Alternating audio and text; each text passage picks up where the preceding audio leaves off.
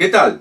¿Cómo están? Bienvenidos a Dios con nosotros, sirviendo con gracia y misericordia. Son las 5 de la tarde y como cada domingo llegamos a tu hogar gracias al Facebook y a la tecnología. También nos pueden seguir en el canal de YouTube que está aquí. También a las 5 de la tarde también sale en nuestro canal de YouTube, y recomienda nuestro canal para llegar a más de 100 suscriptores y poder cambiar el nombre tan largo que aparece aquí.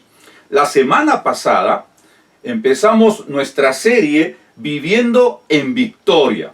Este mes de septiembre queremos vivir en victoria. Y la semana pasada hablamos de cómo vencer las tentaciones. Ese fue el tema de la semana pasada. Y dijimos tres cosas por lo menos. Primero, vencemos la tentación haciendo la voluntad de Dios. En segundo lugar, vencemos la tentación huyendo, y usamos el ejemplo de José, huyendo de la tentación. Y en tercer lugar, vencemos la tentación teniendo dominio propio. Ahora vamos a predicar cómo vencer las dudas. Cómo vencer las dudas. Y por lo tanto, llamamos a esta prédica Venciendo las Dudas. ¿Has tenido alguna duda en tu vida? La respuesta es muy obvia. Tanto tú como yo, a lo largo de nuestra vida, experimentamos ciertas dudas. Por ejemplo, ¿soy hincha de la U o soy hincha de Alianza? Bueno, ahí no hay duda, somos hincha de la U, eso es lógico, quizás no es buen ejemplo, ¿no? Pero sin embargo, ¿qué carrera elegir, por ejemplo? ¿No? O cuando somos cristianos, ¿a qué iglesia voy a congregar? ¿No? Siempre, o de repente vas a un restaurante y te presentan la carta, el menú, ¿y ahora qué como? O sea, de alguna manera experimentamos ciertas dudas. Fíjense cómo la RAE, el diccionario de la Real Lengua Academia, de la Real Lengua Española, se me trabó la lengua, la RAE, el diccionario de la Real Academia Española, ¿no? ¿Cómo define la palabra duda? Dice, suspensión o indeterminación del ánimo entre dos juicios o dos decisiones, o bien acerca de un hecho o una noticia. Y entonces ahí habla de indeterminación, ¿no? No saber decidir entre uno u otro, entre un camino u otro camino, entre una decisión u otra decisión, entre un hecho o una noticia. ¿Será cierto esa noticia? ¿No? También dice vacilación del ánimo respecto a creencias religiosas.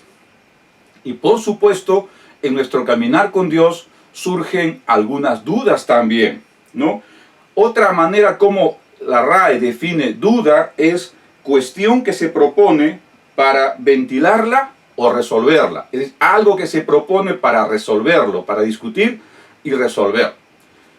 Dudas siempre vamos a tener en nuestro caminar con Dios.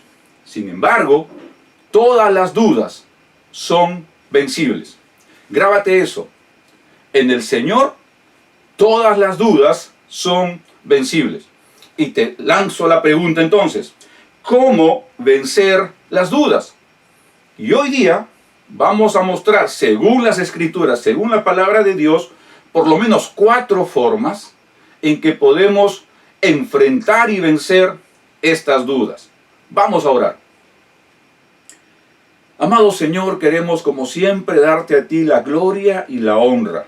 Gracias por esta oportunidad que me das, Señor, de predicar tu palabra. Gracias, Dios, porque inmerecidamente, Señor, me das este espacio donde puedo compartir tu palabra, donde puedo alimentarme con tu palabra y alimentar a todos los que nos están viendo y nos podrán ver después cuando esto se quede allí grabado también, Señor. Que tu palabra, que es la única que cambia nuestros corazones, cambie también los corazones de quienes nos escuchan, para que en todo podamos darte a ti la gloria y la honra. En tu nombre oramos. Amén. Amén. Entonces, lanzamos la pregunta. ¿Cómo vencer las dudas? Y la primera manera, o la primera forma en cómo vencer la duda es con fe. Vamos a abrir nuestra Biblia, ya sabes, tu Biblia debe estar al lado tuyo a las 4:45, mientras esperas que sean las 5 de la tarde, para poder escuchar la palabra de Dios y juntos, leyéndola, estudiar y dejar que nuestro Señor Jesucristo y el Espíritu Santo trabajen en nuestros corazones. Un poquito de agüita para aclarar la voz. Entonces, vamos a Santiago, la epístola de Santiago, capítulo 1, y vamos a leer del versículo 6 al versículo 8. Santiago 1, 6 al 8. La palabra dice: pero que pida con fe, sin dudar, porque el que duda es semejante a la ola del mar, impulsada por el viento y echada de una parte a otra. No piense pues ese hombre que recibirá cosa alguna del Señor, siendo hombre de doble ánimo, inestable en todos sus caminos. Sabemos que Santiago es uno de los medio hermanos del Señor Jesucristo que al comienzo del ministerio del Señor Jesús no creían en Jesús. Vamos a hablar de eso un poco más al final. Pero Santiago está diciendo en el versículo 6, en el contexto de fe y sabiduría, ¿no? Santiago dice: no tienes sabiduría, pídela. Y en ese contexto de pedir sabiduría, en torno a la fe también, versículo 6 dice: pero que pida con fe sin dudar. A ver, que pida sin fe, sin dudar. Entonces, si tiene fe, no va a dudar. Y si duda, no está teniendo fe. Fíjate, pero que pida con fe sin dudar, porque el que duda, y aquí Santiago va a usar una ilustración para explicar quién es o cómo es esta persona que duda. Dice: porque el que duda es semejante, eso es comparación, a la ola del mar. Entonces, el hombre que duda, o la mujer que duda, es semejante o es parecida o es comparada a la ola del mar. ¿Por qué Santiago utiliza la ola de mar como ilustración para aquel que duda? Dice: impulsada por el viento y echada de una parte a otra. El viento hace que la ola vaya hacia adelante, el viento hace que la ola retroceda y el viento hace que la ola vaya donde el viento la empuja. Pareciera que la ola no tiene voluntad y se deja llevar por el viento. Entonces, es semejante el que duda a la ola del mar, impulsada por el viento, echada de una parte a otra, siendo hombre de doble... me salté un versículo. Entonces, impulsada por el viento y echada de una parte a otra. No piense, pues, ese hombre, el que está dudando, que recibirá cosa alguna del Señor. Recuerda, estamos en el contexto de sabiduría y fe. 8. Siendo hombre de doble ánimo, inestable en todos sus caminos. El hombre que duda es un hombre de doble ánimo, inestable. No sabe si decir A, no sabe si decir B, no sabe si tomar esta decisión o la otra decisión. Y algunas veces hace esto y después hace esto otro. Y luego, entonces, doble ánimo. Es un hombre que está constantemente dudando. ¿Y por qué está dudando? Porque no tiene fe. Y así empezamos. Pero que pida con fe. En oración, ¿no es cierto? Que pida con fe sin dudar. Porque el que duda es semejante, ya dijimos, a la ola que no tiene constancia, que no es constante, es de doble ánimo. Entonces, si queremos nosotros vencer la duda, lo primero que tenemos que hacer es tener fe. La duda se vence con fe. Lo segundo que vamos a decir ahora es cómo vencer la duda. En segundo lugar, reconociendo que no tendré respuesta para todo. Ahora, ¿por qué decimos que en segundo lugar la duda se vence reconociendo que no tendré respuesta para todo? Porque es obvio. Dudamos cuando no tenemos la certeza de algo. Dudamos cuando no sé si debo hacer esto o debo hacer lo otro. Entonces, ¿por qué dudo? Porque yo quiero tener la certeza de todo, quiero estar seguro de todo. Y es bueno, ciertamente, pero a veces debemos reconocer que tenemos nosotros ciertos límites. No somos dioses para ser omniscientes, omnipotentes, omnipresentes. No. Como seres humanos somos hechos a imagen y semejanza de Dios, por supuesto. Pero tenemos límites. El único que sabe absolutamente todo es Dios. Porque Dios es omnisciente. Entonces, en segundo lugar, si tú quieres vencer las dudas, debes reconocer que no tendrás respuesta para todo. Vamos a ir a Deuteronomio, que es el quinto libro de la Biblia. Deuteronomio 29, 29. ¿Qué dice Deuteronomio 29, 29? ¿Cuál es el contexto de esta sección? Aquí en el versículo 29 ya Moisés está casi terminando de escribir el quinto libro y está en este contexto de la renovación del pacto, ¿no? Esta es la segunda generación que va a llegar a la tierra prometida. La primera generación, por castigo, quedó muerta en el desierto. 40 años vagando por el desierto por su falta de fe y confianza en Dios. Y ahora los hijos de esta generación, los menores de 20 años en ese momento, ahora ya están muchachones, 40 años después, ellos van a entrar a la tierra prometida y ahora están renovando ese pacto que hizo la primera generación con Dios en Moab. ¿Y cómo termina, después de recordar todo esto, cómo termina esta sección? Es el último versículo. Las cosas secretas pertenecen al Señor nuestro Dios, mas las cosas reveladas nos pertenecen a nosotros y a nuestros hijos para siempre, a fin de que guardemos todas las palabras de esta ley. Ahora, ¿qué es lo que dice Dios? Presta mucha atención. ¿Qué es lo que dice Dios? ¿O qué dice acerca de Dios? Las cosas secretas pertenecen al Señor nuestro Dios. Esa es la primera afirmación. Que lo secreto, y recuerda, por si acaso, algo secreto es algo que tú no conoces. Porque si tú lo conocieras, ya no sería secreto, sería público. O sea, algo que tú sabes y yo no sé, entre los dos sería un secreto, porque tú lo sabes y yo no sé. O algo que los dos sabemos, pero que no queremos que alguien se entere, ese es un secreto entre nosotros, pero la otra persona no lo sabe. Entonces, lo secreto es algo que yo no sé, pero que alguien sí lo sabe. En este contexto, dice, las cosas secretas pertenecen al Señor nuestro Dios. Es decir, todo conocimiento pertenece a Dios. Él conoce absolutamente todo. Todo lo secreto le pertenece a Dios. Eso dice las Escrituras. Eso me hace pensar a mí que hay cosas que yo no conozco, porque son los secretos de Dios. Y indigno de mí, hombre pecador, que voy a tratar de conocer todo lo que Dios conoce. Qué gran arrogancia, qué gran ironía, qué gran orgullo, qué falta de humildad de no reconocer que tengo límites.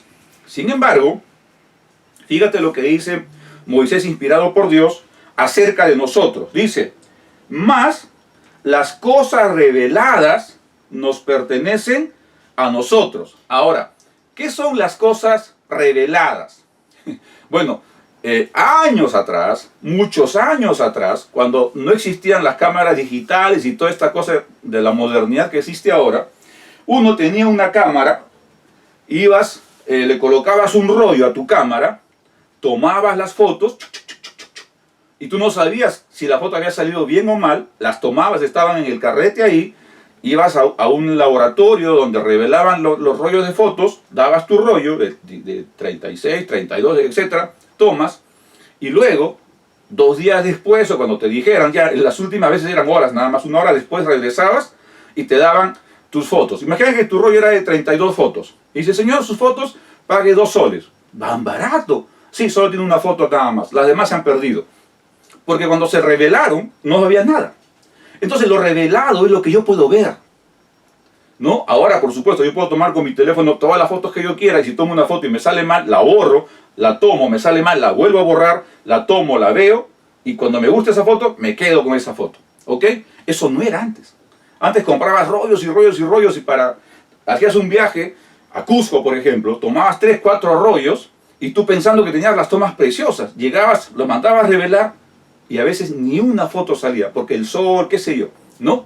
Ahora es totalmente diferente. Pero entonces, lo revelado es lo que yo puedo ver, lo que yo puedo conocer. Y entonces dice Moisés, inspirado por Dios, que lo secreto le pertenece a Dios, mas lo que Dios ha revelado nos pertenece a nosotros. Mira, y a nuestros hijos para siempre. Lo que Dios ha revelado nos pertenece a nosotros y a nuestros hijos para siempre. Y tú te preguntarás, pastor, pero ¿dónde está lo que Dios ha revelado? Yo quiero que me muestre dónde está lo que Dios ha revelado, porque eso me pertenece a mí y a mi hijo para siempre. Tranquilo, espérate un ratito, dame medio segundo, un segundo más. No te impacientes, tú quieres que te muestre dónde está lo que Dios ha revelado. Ahora lo voy a buscar. Aquí está, la Biblia. La Biblia es la palabra revelada por Dios para nosotros y para nuestros hijos. Aquí está todo lo que Dios, de su secreto, Él nos quiso compartir. Por supuesto, guardó muchas cosas para Dios, porque Dios es omnisciente, y lo que Él quiso que nosotros supiéramos acerca de Él, acerca de nosotros, acerca de nuestra condición y de cómo regresar a esa relación íntima y profunda con Dios, está aquí. Acerca de su Hijo Jesucristo, está aquí. Aquí está lo revelado por Dios.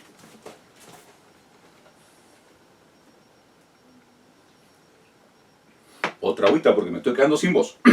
Entonces, cuando nosotros, siguiendo con Deuteronomio 29, grábate eso, Deuteronomio 29. ¿Cómo podemos vencer las dudas reconociendo que tenemos límites en nuestro conocimiento, que no podemos saberlo todo? Y justamente este versículo dice, mas las cosas reveladas nos pertenecen a nosotros y lo que no se reveló sigue perteneciendo a Dios. Tengo límites. No puedo pasar ese límite. Debo quedarme contento y feliz con lo que Dios me mostró, porque tiene un propósito, fíjate, a fin de que guardemos todas las palabras de esta ley, de esta Biblia. Dios, a quien le pertenece todo lo secreto, a quien le pertenece todo el conocimiento, Él quiso revelarnos en su palabra algunas de esas cosas que ya no son secreto porque están reveladas y que son para nosotros y para nuestros hijos, para que cumplamos todo lo que está aquí. Si yo hago eso, te aseguro al 100% que no voy a tener dudas, porque cuando aparezca una duda en mi mente y esta duda no la pueda comprender con la fe o no la pueda comprender bajo otra cosa que vamos a ver después, entonces yo debo decir, ok, en este momento no entiendo esto, pero probablemente más adelante voy a poder entender mejor. Eso hace que la duda desaparezca como una preocupación constante. Puede quedarse ahí, por supuesto. Yo tengo un montón de dudas que al día de hoy no las he resuelto, pero no me complica la vida. No me complica mi relación con Dios, no me complica mi dependencia de Cristo, de la iglesia, de su palabra, para nada. Porque conforme pasan los años, voy entendiendo mejor las Escrituras. Y te aseguro que cuando el Señor me llame a su presencia, voy a ir a Él con un montón de dudas que no voy a poder revelar en este tiempo, que no voy a poder resolver en este tiempo. Y cuando llegue allá, sacaré mi lista de dudas y cuando las comience a abrir para preguntarle al Señor Jesús y comience a leerlas, ya ninguna son dudas, porque estoy en la presencia del Señor. ¿No es cierto? Ahí no hay ningún tipo de duda. Entonces, ¿cómo vencer las dudas? En primer lugar, hemos dicho con fe. En segundo lugar, reconociendo que no tendré respuestas para todo. Y en tercer lugar, con el auxilio del Espíritu Santo. ¿Cómo vencer las dudas? Con el auxilio del Espíritu Santo. Vamos a ir a Juan capítulo 16, versículo 13. Fíjate lo que Juan, inspirado por el Espíritu Santo, dice acerca del Espíritu Santo. Versículo 13. Pero cuando Él, el Espíritu Santo, el Espíritu de verdad, venga, os guiará a toda la verdad, porque no hablará por su propia cuenta, sino que hablará todo lo que oiga, y os hará saber lo que habrá de venir. ¿Cuál es el contexto de este versículo? Juan está explicándonos acerca de la obra del Espíritu Santo, del Paráclitos, de este consolador, de este abogado defensor, de este sustituto de Cristo, que el Padre y Cristo van a enviar cuando Cristo ascienda. Por eso dice que Jesús dice, muchachos, a sus discípulos, no, muchachos, a ustedes les conviene que yo me vaya, que yo ascienda a los cielos. Porque si yo me voy, el Padre les va a enviar al Paráclitos, al Espíritu de verdad. ¿Y qué hace ese Espíritu de verdad? Dice, pero cuando Él, el Espíritu de verdad, venga, os guiará a toda la verdad. Si yo tengo toda la verdad, como resultado de tener toda la verdad, entonces no tengo duda. Cuando el Espíritu Santo entra en mí, cuando yo entrego mi vida a Jesús como Señor y Salvador, y el Espíritu Santo entra a morar en mí, entonces yo tengo la capacidad, como dice Hechos 1:8, el poder para ser testigo de Jesús, para entender sus mensajes, porque dice acá que el Espíritu Santo me guiará a toda la verdad. Además da la razón, porque no hablará de su propia cuenta, o sea, no hablará de su propio conocimiento, sino que hablará todo lo que oiga. ¿Todo lo que oiga dónde? En el seno de la Trinidad, Padre, Hijo y Espíritu Santo. Ese es el Dios Trino. Y os hará saber todo lo que habrá de venir. Yo me imagino algo así como esto, ¿no? Imagínate Dios Padre, Dios Hijo, Dios Espíritu Santo. Y en el seno de la Trinidad están conversando acerca de y el Espíritu está ahí escuchando y también participando. Y entonces dice que Él me guiará a toda la verdad, porque no hablará de su propia cuenta, sino que hablará de lo que oiga en este seno trinitario, o de lo que oiga que ocurre en el mundo, porque el Espíritu Santo también es Dios y está en todas partes en el mismo momento. Él es el Espíritu de verdad. Jesús dice, yo soy el camino, la verdad y la vida. Entonces, ¿cómo vencer las dudas? Con la ayuda del Espíritu Santo, del Espíritu de verdad. Porque la duda es esa indecisión, ese dejarme llevar por un viento, por otro viento, no soy consistente en mis creencias. Cuando pase eso, plántate y pide auxilio al Espíritu Santo, porque Juan, inspirado por el Espíritu Santo, dice que el Espíritu Santo nos guiará a toda la verdad. Fui bastante redundante con el tema del Espíritu Santo, pero no hay otra forma de que tú y yo entendamos que una manera de quitar nuestras dudas es pidiendo al Espíritu Santo, a quien Juan, inspirado por el Espíritu Santo, llama el Espíritu de verdad. Él me va a guiar a toda verdad. ¿Tengo dudas? ¿No estoy seguro de qué decisión tomar, de qué hacer o qué no hacer? Que ore al Espíritu Santo, ore al Espíritu Santo, pidiendo que me guíe hacia la decisión correcta, hacia el conocimiento correcto, porque eso es su labor en medio de los creyentes. Por eso Dios Padre envía al Espíritu Santo, para que entre otras cosas sea nuestra guía a la verdad. Y más adelante va a decir también que Él nos va a hacer recordar todo lo que el Señor Jesús nos ha enseñado. Ahora, entonces, estamos en esta serie de Viviendo en Victoria.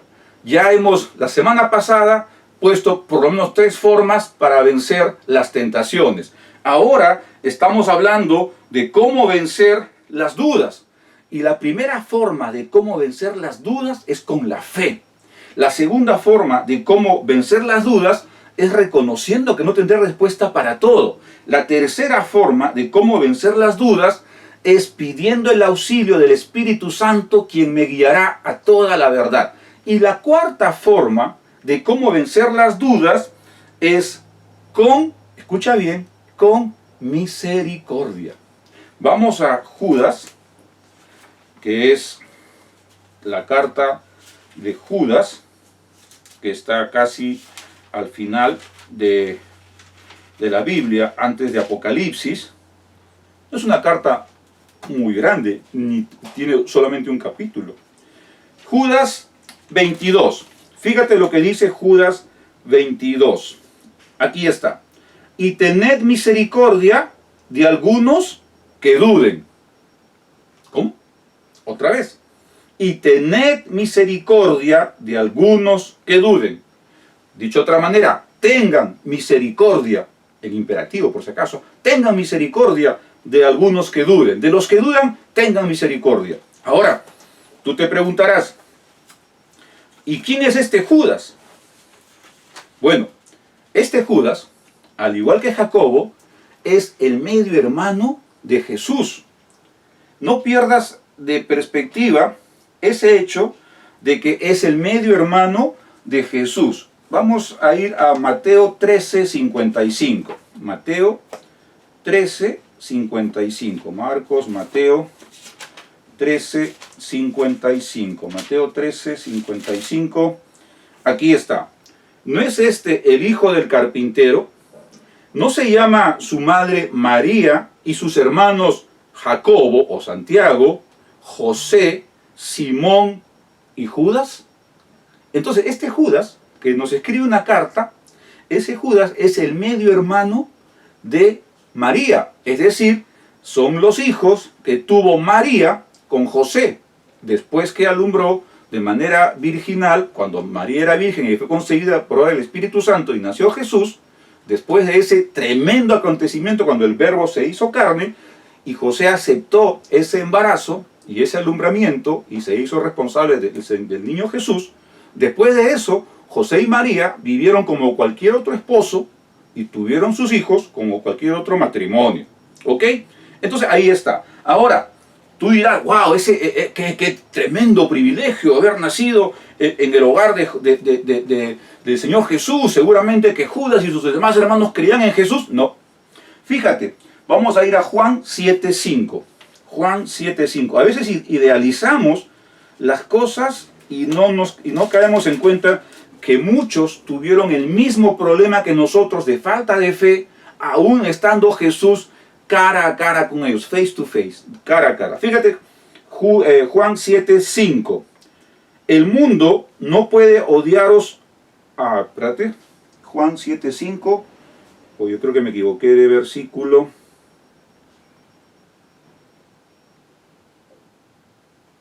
¿Dónde está este versículo? Creo que no lo voy a encontrar ahora. Donde dice que. Dice 7:5. Perdón, me equivoqué. Estaba 7:7. Con mi problema de dislexia, confundo. No es 7:7, Juan 7:5. Porque ni aún sus hermanos creían en él. Ahí está. Juan 7:5. Porque ni aún sus hermanos, Jacobo, Juan, Judas, etc., no creían en Jesús. Entonces, si Santiago dice, tengan misericordia de los que dudan, él lo dice por experiencia, porque él dudó de su hermano Jesús, de su medio hermano Jesús. Él no creía que Jesús era el Mesías, no creía que era el Cristo Redentor, él tuvo dudas. Tú te preguntas ahora, bueno, pero si era el hermano de Jesús, me has leído un versículo, y me acabas de leer uno, dice que ni sus hermanos creían en él, y ahora ¿cómo nos escribe una carta? Fíjate, vamos a ir a Hechos 1:14, Hechos 1:14, Hechos capítulo 1, verso 14. Este es después de la resurrección de Jesús. Hechos, y están esperando la llegada del Espíritu Santo. Todos, Hechos 1:14, todos estos estaban unánimes, entregados de continuo a la oración, junto con las mujeres y con María, la madre de Jesús, y con los hermanos de él, con los hermanos de Jesús. Después de la muerte y resurrección de Jesús, todos los hermanos de Jesús creyeron en él. Dudaron, por supuesto, Jacobo también dudó, Judas también dudó, pero después de la resurrección de Cristo, ellos creyeron. Su duda fue quitada por la evidencia de la resurrección de Jesús. Entonces, ¿tienes duda? En vez de buscar respuestas, busca la misericordia de Dios. Si tú tienes dudas, yo puedo darte misericordia, ¿no? Si yo tengo dudas, no quiero que me chanques, quiero que me des misericordia, comprensión, ayúdame a entender. Pero ¿saben qué? Muchas veces algunos cristianos se mofan de los que tienen dudas, se burlan de los que tienen dudas, como si ellos nunca tuvieran dudas o como si ellos supieran absolutamente todo. Jamás te burles de un hermano o de un no creyente que tenga dudas. Trátalo con misericordia y te aseguro que ese tratarle con misericordia hará que su duda, que parece una duda tremenda, sea tan pequeña, tan insignificante, que no tenga importancia. No vamos a tener las respuestas para todos, pero necesitamos misericordia. Resumiendo, ¿cómo vencer la duda? Con fe, reconociendo que no tendremos respuesta para todo, pidiendo auxilio al Espíritu Santo y dando misericordia. Esa es la manera o algunas formas de vencer a las dudas y vivir en victoria. Ahora, una tareita para la casa, para estos días. Escucha bien, hoy es domingo, día del Señor, pero mañana lunes, entre mañana lunes y el martes, haz una lista, no de todas tus dudas, porque tendrás que hacer 80 libros. Haz una lista de tus principales dudas, de tus 5 dudas más grandes. Y luego, llama o busca a un hermano en la fe, a alguien que tú sepas que conoce un poco más de las escrituras que tú. Si no, búscame a mí si quieres, ¿no es cierto? Acá está el email de la iglesia, mándame un correo, un electrónico, y nos ponemos de acuerdo y yo te ayudaré a resolver esas dudas en la medida que pueda. Entonces, ¿es malo tener dudas? No, ten dudas, identifícalas. Busca a un hermano maduro en la fe. Te dije entre lunes y martes. Miércoles, jueves, busca a alguien que tú conozcas maduro en la fe y dale tus dudas. O si no, llámame, mándame un correo electrónico y nos juntamos y yo te ayudo con misericordia, con amor a resolver tus dudas. Una forma práctica de poner en ejercicio este sermón en cuanto a cómo vencer las dudas. Vamos a orar. Amado Señor, queremos darte la gloria y la honra a ti. Gracias, Señor, por hablarnos acerca de las dudas, porque reconocemos que aún tenemos dudas. Aunque hemos caminado de tu mano por muchos años, aún en nuestra mente hay algunas dudas, pero cada vez que surgen las dudas y te miramos a ti, sabemos que en algún momento vas a dar respuesta a esas dudas, como ya diste respuesta a las otras que ya no son duda hoy en día. Gracias, Señor, por tu palabra. En tu nombre oramos. Amén. Amén. Gracias por estar con nosotros. Les espero el próximo domingo a las 5 de la tarde. La próxima semana tenemos el tema 3, venciendo el miedo. ¿Quieres saber cómo vencer el miedo? El próximo domingo, aquí a las 5 de la tarde, en Dios con nosotros, sirviendo con gracia y misericordia. Que tengas una semana recontra bendecida. Hasta la próxima semana.